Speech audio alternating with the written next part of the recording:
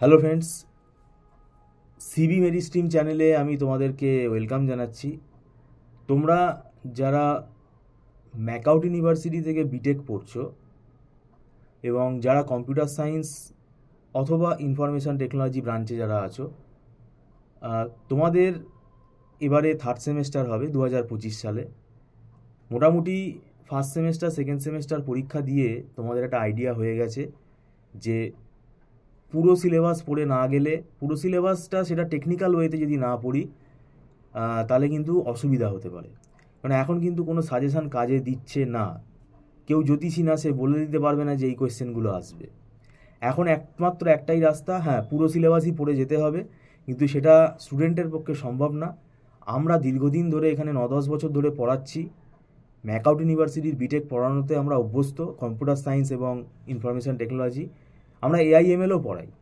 তো এখন ব্যাপারটা হচ্ছে তোমাদের থার্ড সেমেস্টারে কিন্তু খুব ভাইটাল পেপার রয়েছে এবং যেটা সিলেবাস কিন্তু অনেক বড়, এবং সত্যি এই সময়টা কিন্তু পাওয়া যায় না।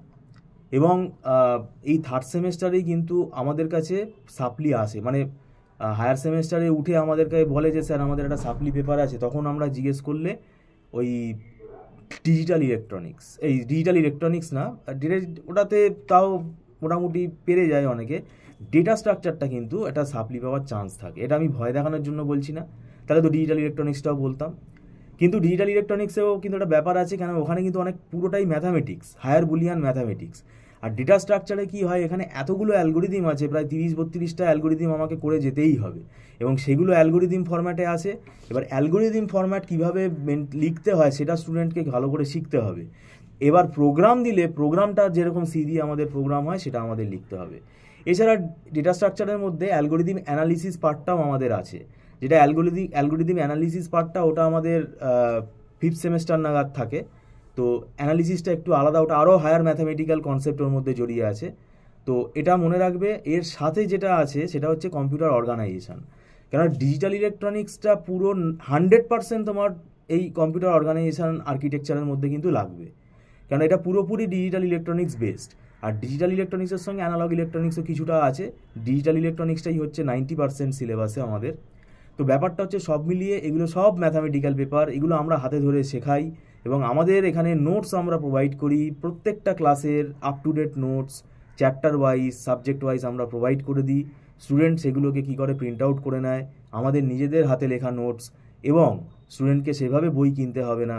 বই একটা রেফারেন্স তারা পিডিএফ রাখতে পারে, কিন্তু বই পড়ে টপিকগুলো বোঝাটা একটু ডিফিকাল্ট।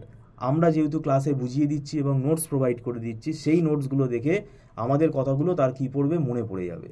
আর একটা এখানে আমাদের সুবিধা আছে, রেকর্ডিংয়ের একটা ফেসিলিটি আছে, কিন্তু সেটা টার্মস অ্যান্ড কন্ডিশনস বলে দেওয়া হবে, সেটা কিন্তু যা খুশিভাবে হবে না, সেটা ভিডিওতে বলা সম্ভব না, সেটা আমরা ওভারফোন তাদেরকে গাইড করে দেবো।